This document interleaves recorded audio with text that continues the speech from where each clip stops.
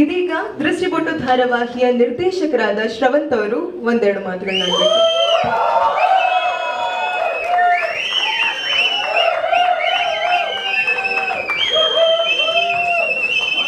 ಎಲ್ಲರಿಗೂ ನಮಸ್ತೆ. Thank you so much.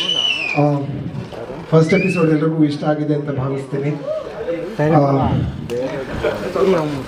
ನಾನು ವಿತ್ ಎಲ್ಲರ ಪರ್ಮಿಷನ್ ನನ್ನ ಎಲ್ಲ ಟೆಕ್ನಿಷಿಯನ್ಸು ಬಂದ್ಬಿಡಿಯಲ್ಲ ಮೇಲೆ ಪ್ಲೀಸ್. ಮನೋಣ್ಣ, DOP, ಪ್ರೊಡಕ್ಷನ್ ಕಂಟ್ರೋಲರ್ ನವೀನಣ್ಣ, ದಿನೇಶ್, ಸುನಂದಕ್ಕ ಎಲ್ಲರೂ ಬಂದ್ರಪ್ಪ ಪ್ಲೀಸ್. ಆಮೇಲೆ ರಮೇಶ್ ಸರ್ ನೀವು ಬನ್ನಿ, ಸೌಂಡ್ ಬಸಣ್ಣ ಎಲ್ಲರೂ ಬಂದಿದ್ದೀರಾ, ಪ್ಲೀಸ್ ಬನ್ನಿ ಸ್ಟೇಜ್ ಮೇಲೆ. ಅಷ್ಟೆಲ್ಲ ಒದ್ದಾಡ್ಬಿಟ್ಟು ನೀವು ಅಲ್ಲಿ ಕೂತ್ಕೊಂಡ್ರೆ ಹೇಗೆ? ಬನ್ನಿ ಬನ್ನಿ.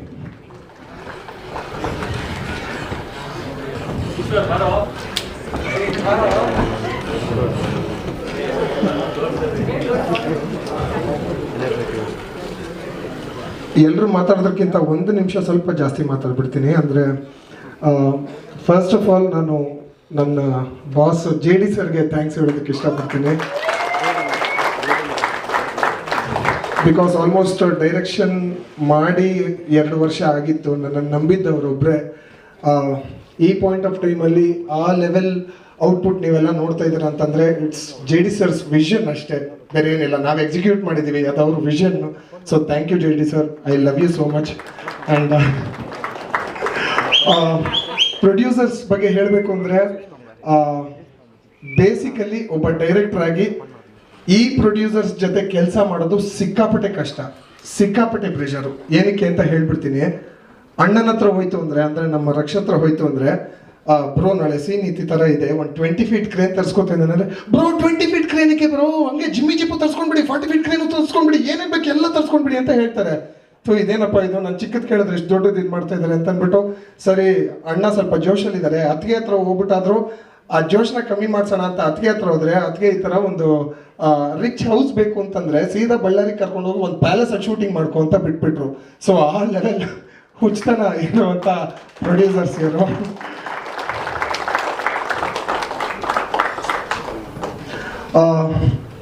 ಅಂದರೆ ಯಾವ ಲೆವೆಲಲ್ಲೂ ಕೂಡ ಒಬ್ಬ ಡೈರೆಕ್ಟರ್ಗೆ ನಾನು ಇದು ಕೊಡಲ್ಲ ಅದು ಕೊಡಲ್ಲ ಅಂತ ಹೇಳ್ದವ್ರೆ ಅಲ್ಲ.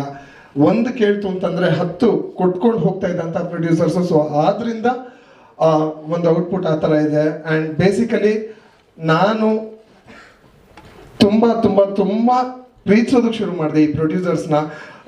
ನೀವು ಖರ್ಚು ಮಾಡಿರೋ ಅಷ್ಟೂ ಅದು ಡಬಲ್ ಆಗಿ ನಿಮ್ಮ ಹತ್ರ ವಾಪಸ್ ಬರಲಿ ಅಂತ ನಾನು ಮನಸ್ಫೂರ್ತಿಯಾಗಿ ಕೇಳ್ಕೊತೀನಿ ಬ್ರೋ. ಅದಕ್ಕೆ thank you so much. And ಇಲ್ಲಿ ನಿಂತಿರುವಂಥ ಎಲ್ಲ ಟೆಕ್ನಿಷಿಯನ್ಸು, ಎಲ್ಲ ಆರ್ಟಿಸ್ಟ್ಗಳಿಗೂ ಕೂಡ ನಂಬಿ ನನ್ನನ್ನು ಬೇಸಿಕಲಿ ಅವ್ರಿಗೆ ಟೈಮಿಗೆ ಕರೆಕ್ಟಾಗಿ ಊಟ ಮಾಡೋಕ್ಕೂ ಬಿಟ್ಟಿಲ್ಲ, ಟೈಮಿಗೆ ಕರೆಕ್ಟಾಗಿ ನಿದ್ದೆ ಮಾಡೋಕ್ಕೂ ಬಿಟ್ಟಿಲ್ಲ, ನಾನು ಅಷ್ಟು ಒದ್ದಾಡಿದ್ದಾರೆ. ಸೊ ಎಲ್ಲರಿಗೂ thank you so much. And ನಾವೇನಾದರೂ ನಾನು ಯಶ್ ಅವ್ರದ್ದು ಒಂದು ಇಂಟರ್ವ್ಯೂ ನೋಡಿದ್ದೆ, ಅದರಲ್ಲಿ ಅವ್ರು ಒಂದು ಮಾತು ಹೇಳಿದರು, ನಿಜ ಅನಿಸ್ತು ನನಗೆ. ನಾವು ಒಂದು ಒಳ್ಳೆ ಕೆಲಸ ಮಾಡೋದಕ್ಕೆ ಹೋಯ್ತು ಅಂತಂದರೆ ಬೇಸಿಕಲಿ ಎಲ್ಲ ಒಳ್ಳೆ ವಿಷಯಗಳು ಬಂದು ಒಂದು ಜಾಗದಲ್ಲಿ ಕೂತ್ಕೊಳ್ಳುತ್ತಂತೆ. ಅದಕ್ಕೆ ಜೀವಂತ ಉದಾಹರಣೆ ದೃಷ್ಟಿಬೊಟ್ಟು ಟೀಮ್. ಯಾಕೆಂತಂದ್ರೆ ಎಲ್ಲ ಆರ್ಟಿಸ್ಟ್ಗಳಾಗಿರ್ಬೋದು, ಎಲ್ಲ ಟೆಕ್ನಿಷಿಯನ್ಸ್ ಆಗಿರ್ಬೋದು, ಎಲ್ಲ ಅಷ್ಟೇ, ಎಲ್ಲರ ವಿಷನ್ ಕೂಡ ಸಿಕ್ಕಾಪಟ್ಟೆ ದೊಡ್ಡದು. ಅಂದರೆ ಇಲ್ಲಿ ಯಾರು ಕೂಡ ನಾರ್ಮಲ್ ಆಗಿ ಕೆಲಸ ಮಾಡಿಲ್ಲ. ಫಾರ್ ಎಕ್ಸಾಂಪಲ್ ನಮ್ಮ ಮೇಕಪ್ ಮ್ಯಾನ್ ನವೀನ್ನ ತಗೋಬೇಕು ಅಂದರೆ ದೃಷ್ಟಿಗೆ ಆ ಥರದ್ದು ಏನು ಒಂದು ಮೇಕಪ್ ಹೋಗ್ತಿದೆ, ಅದು ನಿಜವಾಗ್ಲೂ ಅದು ಮಾಡೋದು it's not an easy task. ಅವ್ರು ಮಾಡಿದ್ದಾರೆ ಅದನ್ನ. ಆಕ್ಟರ್ಸ್ಗಳಿಗೂ ಅಷ್ಟೇ, ಯಾವುದೋ ಒಂದು ನಾರ್ಮಲ್ ಒಬ್ರು ಕೂಡ ಒಂದು ನಾರ್ಮಲ್ ಕ್ಯಾರೆಕ್ಟರ್ ಮಾಡ್ತಾ ಇಲ್ಲ. ಸುಮ್ಮನೆ ನಿಂತ್ಕೊಂಡು ಒಂದು ಮೂಲೆಯಲ್ಲಿ ಕಣ್ಣೀರು ಹಾಕೋ ಕ್ಯಾರೆಕ್ಟರ್ ಯಾರು ಕೂಡ ಮಾಡ್ತಾ ಇಲ್ಲ. ಎಲ್ಲರೂ ಮಾಡ್ತಾ ಇರೋದು ಒಂದು ಅಬ್ನಾರ್ಮಲ್ ಕ್ಯಾರೆಕ್ಟರ್. ಸೊ ನನಗೆ ನಂಬಿಕೆ ಇದೆ ಒಬ್ಬ ಡೈರೆಕ್ಟರ್ ಆಗಿ ಕೂಡ ಅಷ್ಟೇ, ಹಾಗೆ ಒಂದು ಆಡಿಯನ್ಸ್ ಪಾಯಿಂಟ್ ಆಫ್ ವ್ಯೂ ಇಂದ ನಿಂತ್ಕೊಂಡ್ರು ಅಷ್ಟೇ. ಖಂಡಿತವಾಗ್ಲೂ ಇದು ದೊಡ್ಡ ಮಟ್ಟದಲ್ಲಿ ಯಶಸ್ಸು ಕಾಣುತ್ತೆ ಅಂತ ನಾನು ತುಂಬ ನಂಬ್ತೀನಿ. ಆ್ಯಂಡ್ ಒಬ್ರನ್ನ ಬಿಟ್ಬಿಟ್ಟಿದ್ದೀನಿ, ನನ್ನ ಜೊತೆ ಪ್ರತಿ ದಿವಸ ಪ್ರತಿ ಕ್ಷಣ ಹಗಲು ರಾತ್ರಿ ಸಾಥ್ ಕೊಟ್ಟಂತ ಕುಮುದ ಅವರು. Madam thank you so much, I love you too. Thank you.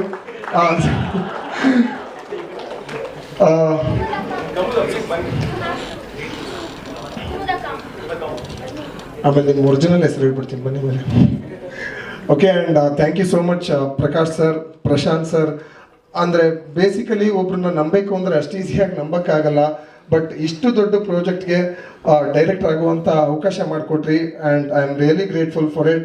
Thank you. And Rakshit ಇನ್ನೊಂದು ಹೇಳಬೇಕು, ಅವ್ರು ಬೇಸಿಕಲಿ ಒಬ್ಬ ದೊಡ್ಡ ಕೋರಿಯೋಗ್ರಾಫರ್ನ ಕರ್ಕೊಂಡು ಬರಬೇಕು ಅಂತಿದ್ರು. ಅದನ್ನು ಕೂಡ ನಾನು ಬ್ರೇಕ್ ಮಾಡಿ ಇಲ್ಲ ಕೊರಿಯೋಗ್ರಫಿ ನಾನೇ ಮಾಡ್ತೀನಿ ಅಂದ ತಕ್ಷಣ ರಕ್ಷು ಮತ್ತೆ JD ಸರ್ ಇಬ್ರು ಒಪ್ಕೊಂಡ್ರು. ಸೊ ಆ ಸಾಂಗು ಕೂಡ ನಿಮ್ಗೆ ಇಷ್ಟ ಆಗಿದೆ ಅಂತ ಅನ್ಕೋತೀನಿ. Thank you so much everybody. Thank you thank you Shravanth ಅವರೇ.